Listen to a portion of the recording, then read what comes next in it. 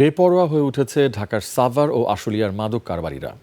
বেড়েছে অপরাধ, প্রকাশ্যে গুলি এখন নিয়মিত ঘটনা। তাদের কাজে বাধা দিলেই নির্যাতনের শিকার হচ্ছেন অনেকেই, বাদ যাচ্ছেন না সাংবাদিকরাও। সহকর্মী আরিফুল ইসলাম সাব্বিরকে সঙ্গে নিয়ে বিস্তারিত জানাচ্ছেন আলী আহমেদ। তার নাম আনোয়ার। পিঠের এই চিহ্ন দেখলেই সহজেই অনুমান করা যায় কতটা ভয়াবহ নির্যাতনের শিকার হয়েছেন তিনি। সাভারের আকরান এলাকায় স্বেচ্ছাসেবী হিসেবে যানজট নিয়ন্ত্রণে কাজ করেন।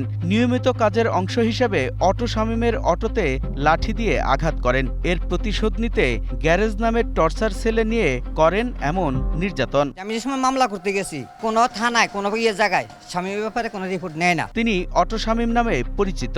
নিজের অটোরিকশার গ্যারেজে চলে মাদক ব্যবসা, আবার ওই গ্যারেজটাই টর্চার সেল। পুলিশের সাথে ঘনিষ্ঠতার কারণে ছিলেন বেপরোয়া। কাউকে বাধা মনে করলে প্রকাশ্য আগ্নেয়াস্ত্র নিয়ে হামলে পড়তেন। তার বিরুদ্ধে রিপোর্ট করতে গেলে নির্যাতন করেন সাংবাদিকদেরও। হাতের কেনুতে লাগে পরের বাড়িটা দেওয়ার পর আমি বসে পড়ি। বসে পর আরেকটা বাড়ি দেওয়ার পর আমি শুয়ে পড়ি এবং তখনই আমার চোখের মধ্যে ওই জিনিসটি ভরে দেন। আমার মাথায় আঘাত করে, পিঠে এবং পেটে ছুরিকাঘাত করে। অবশেষে গ্রেপ্তার হয়ে কারাগারে শামীম। তবে সাভার আশুলিয়া জুড়ে চলছে মাদক ব্যবসা, যার জের ধরে বেড়েছে প্রকাশ্য গুলি হামলা। আশুলিয়ার ইয়ারপুরে কয়েক মিনিটের ব্যবধানে দুই জায়গায় থাকা আপন দুই ভাইকে গুলি করে মাদক ব্যবসায়ীরা। এতে আতঙ্ক ছড়িয়ে পড়ে এলাকায়। 3 রাউন্ড গুলি করেছে, 1 রাউন্ড আমার রানে লাগছে। ওরা যখন মোটরসাইকেল টান দিয়ে চলে গেছে, আবার রান ধরে আসে এক পল্লী বিদ্যুতের মোটরসাইকেল পাইছি, ওনাকে ধরে আমি নারী শিশুতে গেছি।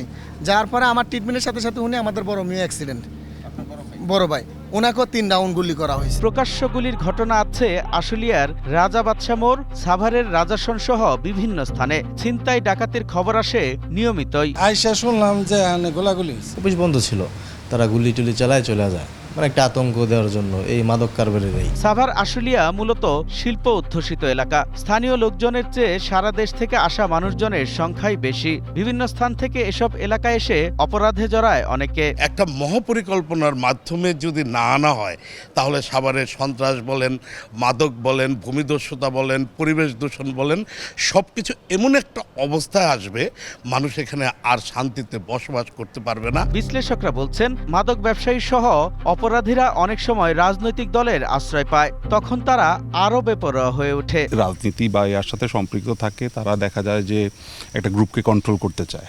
এটা সবসময় ছিল। তো ওই কন্ট্রোল করার জন্য এটার একটা হচ্ছে গিয়ে মানে বেসিক যে হচ্ছে সেটা মাদক। অপরাধ বিশ্লেষকরা বলছেন, মাদক থেকে বেশিরভাগ অপরাধের শুরু। মাদক নির্মূলে আইনশৃঙ্খলা বাহিনীকে আরো জোরালো পদক্ষেপ নেওয়ার কথা বলছেন তারা। আমাদের ল এনফোর্সমেন্ট এজেন্সি থেকে শুরু করে এবং মাদকদ্রব্য নিয়ন্ত্রণ অধিদপ্তর, তাদের যে সাইমultaneously যেভাবে একসাথে কাজ করার কথা, সেগুলো হচ্ছে না। তাদের লিগ্যাল অ্যাবসেন্সের কারণে অপরাধী চক্র যারা আছে তারা সেই সুযোগটা নিচ্ছে। পুলিশ বলছে, মাদকের সাথে জড়িত কাউকেই ছাড় দেওয়ার কোনো সুযোগ নেই। একদম তালিকা করে যারা এর সাথে জড়িত, যেভাবে তাদেরকে পিন ডাউন করা যায়, যতটা গভীর পর্যন্ত আমরা যেতে পারি। মাদক যেভাবে সমাজের প্রায় সব স্তরে পৌঁছেছে, যেভাবে সব অপরাধের মূল হিসেবে কাজ করছে, তা দমনে সম্মিলিত প্রতিরোধকেই উপযোগী উপায় মনে করছেন বিশ্লেষকরা। আলী আহমেদ, 21 টেলিভিশন।